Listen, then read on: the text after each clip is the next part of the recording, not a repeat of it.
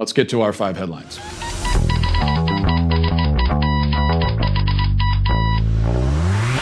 Speaking of debates, if we must continue speaking of debates, the Daily Wire reports the second presidential debate between President Donald Trump and Democratic nominee Joe Biden will take place virtually with both candidates in separate locations. The Commission on Presidential Debates announced on Thursday. The commission announced the new form after Trump tested positive for coronavirus last week. Trump responded to the news minutes later, asserting he would not do a virtual debate. According to a statement from the commission, the second presidential debate will take the form of a town meeting in which the candidates would participate from separate remote locations. The town meeting participants and the moderator, Steve Scully, will be located at the Adrienne Arsht Center for the Performing Arts. The White House pool will provide coverage of the second presidential debate. Okay. But Trump says on Fox Business, he was asked about it, and he said, I'm not going to do a virtual debate. I think this is a mistake, personally. I'm probably going to be in the minority among conservatives. I don't know. I'm not really sure if I will be or not, but I think Trump needs to do the debate. He's down in the polls. The last debate didn't go very well for him. He has more to gain from another debate than Biden does. So the strategy of not doing it, I don't really see. And this has been my point. I think it's a little bit of maybe tough love, tough talk for some conservatives and some Trump supporters who are whistling past the graveyard a little bit. And we see all these polls coming out, and almost all of them look bad for Trump to varying degrees. But what we hear, of course, is that, well, you can't trust the polls. They were wrong in 2016. 2016, remember 2016? This is how it was in 2016. Everybody said Trump would get killed in 2016, and he didn't. 2016. Yeah, I know. That was 2016, though. That's not 2020. You're never going to win a campaign by pretending that it's 4 years ago, especially when so much has happened in the intervening years. And especially when there are a lot of obvious differences here. Number one, he's not running against Hillary Clinton anymore. That was a big advantage he had, being that she still is the least likable person on planet Earth. She was also under investigation by the FBI at the time. So, I mean, he couldn't have asked for a better opponent. So he doesn't have that. Now, there are a lot of weaknesses to Joe Biden, but he's not Hillary Clinton. He's not just this viscerally detestable guy. You might not like him. I don't like him. But I'm talking about how he's perceived in the public. It's not like Hillary Clinton. So he doesn't have that going for him. He's not a novelty act anymore. He's the incumbent. And then you add in, the economy, coronavirus, riots, everything. Some of that cuts for him, some of it against him. But the point is, it's an entirely different situation. And so if you're telling yourself, it'll be fine because remember 2016, I think we're making a big mistake. And remember, this is the mistake that a lot of Hillary Clinton supporters made in 2016. It's because they were so confident. Now I'm going to have a fly problem. It's going to be a fly in it. But see, the good thing is if I have a fly on my head, you won't be able to see it because that's Pence's problem. He had white hair, so you could see the fly. Anyway, but Hillary Clinton supporters were so confident that I think many of them didn't show up because they figured that they were going to win. And I think that's a foolhardy confidence you don't want to have. So Trump needs to really try to win. If he doesn't try, he's not going to. And I think that includes doing the debate. Now, that said, objecting to a virtual debate, I think, doesn't make a lot of sense. But I do think there are other reasons, other good reasons to object to a debate. And one thing that Trump could do is take issue with the moderator. I mean, I think that Republicans in general, forget about format, virtual or not, when it comes to the moderators, Republicans in general should be putting their foot down and saying, we are not going to do any more debates, period, at all, until you give us a moderator who is not an unofficial member of my opponent's campaign.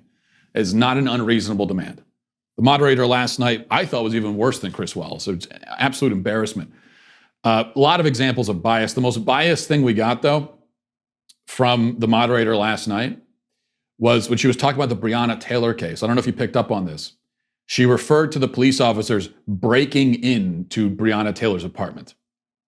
They were serving a legal warrant, and she categorized that as a break-in. Just an absurdly biased framing and false framing for the question, but that's what you get from these moderators. Okay. Number two, well, it's Groundhog's Day all over again. More rioting, this time in Wauwatosa, a city in Wisconsin. Here's just one short clip of the rioting. Watch this.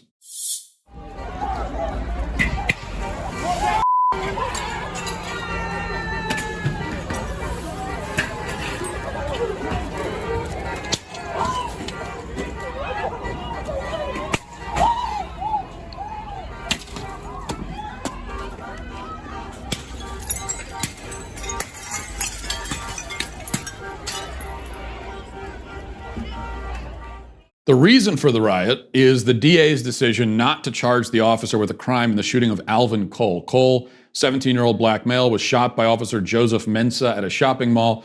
The DA says that Cole was armed with a stolen pistol. He had flashed it at somebody during an argument, and then he pulled the gun on the cops, and he actually fired the gun. He hit himself, apparently, in the process, but he pulled a gun and fired it, and that's when he got shot.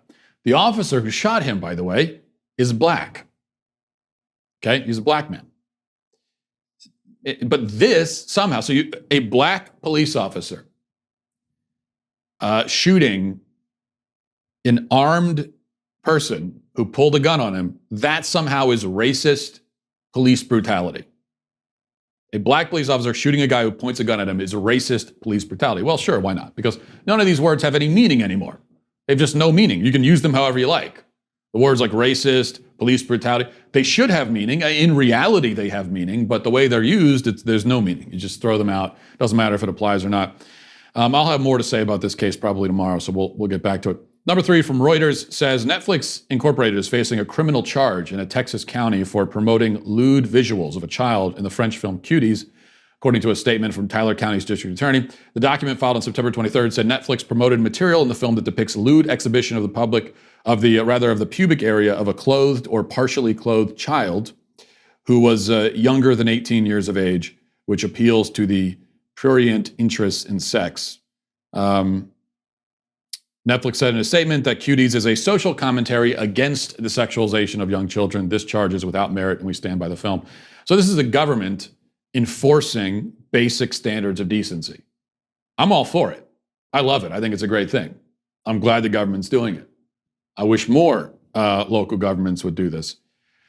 But I do think and this has been the reaction I've noticed from, I haven't seen any conservative object to this. Most conservatives anyway are celebrating this and saying good.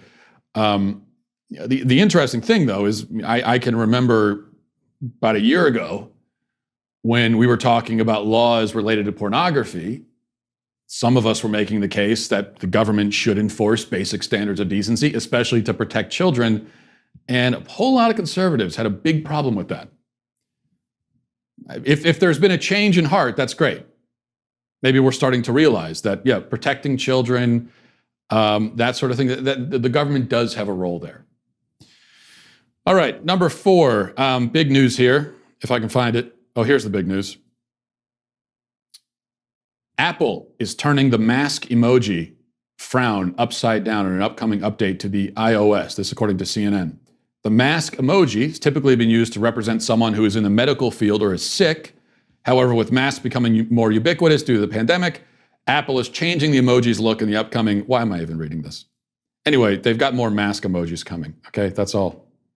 I only bring this up just because it's further proof, I think, of my point that emojis are stupid. That's all. There you go, evidence. Number five, finally, Oklahoma County Jail employees Gregory Cornell Butler Jr. and Christian Charles Miles have been charged with cruelty and conspiracy for handcuffing inmates and forcing them to listen to Baby Shark on repeat for hours. Now, as a parent, I'm thrilled to find out that I can actually have my children prosecuted for committing similar crimes against me. I think many parents have dealt with this. Now, granted, my kids never really got into the Baby Shark craze, thank God.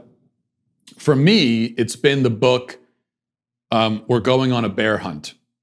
That is our Baby Shark. That is the thing that is heard, that it reverberates through our household at all hours of the day. All of my kids have been obsessed with this book.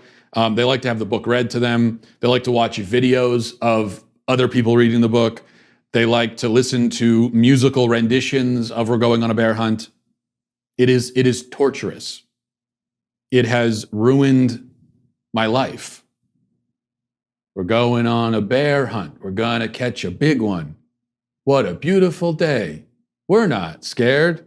Uh-oh, grass, long wavy grass. We can't go over it. We can't go under it. Got to go through it. Swishy swashy, swishy swashy. And on and on and on. That's how the book goes, repeating itself for pages and pages. And the book doesn't even make sense, first of all. The onomatopoeias that it uses are completely arbitrary. Swishy swashy for grass? What kind of grass is swishy swashy? And the plot is even worse. The plot is this family, mom, dad, kids, young kids, walking through the woods trying to catch a bear. What sort of neglectful, psychotic parent brings their kids into the woods to catch a bear? A big bear, it's even specified. This book is basically an account of an attempted murder-suicide. That's how disturbing it is. It might as well be, we're gonna go drown ourselves, yay! It really is that, and it's brainwashed my kids on top of it. Every time we're in the woods now, we go for a hike or something, every time my son is saying, let's go on a bear hunt. And I say, oh, you're gonna hunt for a bear, huh? With what? We don't even have a hunting rifle. What are you gonna use, a stick? The kid's gonna get himself mauled. And you know what? It's gonna be the fault of this book. So we all have, every parent has something like that tortures them. It's different for all of us. Okay, hopefully one day our kids will be brought to justice for inflicting this psychological torture on us. Well, I hope you enjoyed that clip from the Matt Walsh Show. If you did, go ahead and hit that subscribe button right down there so you can stay up to date on all of our future content.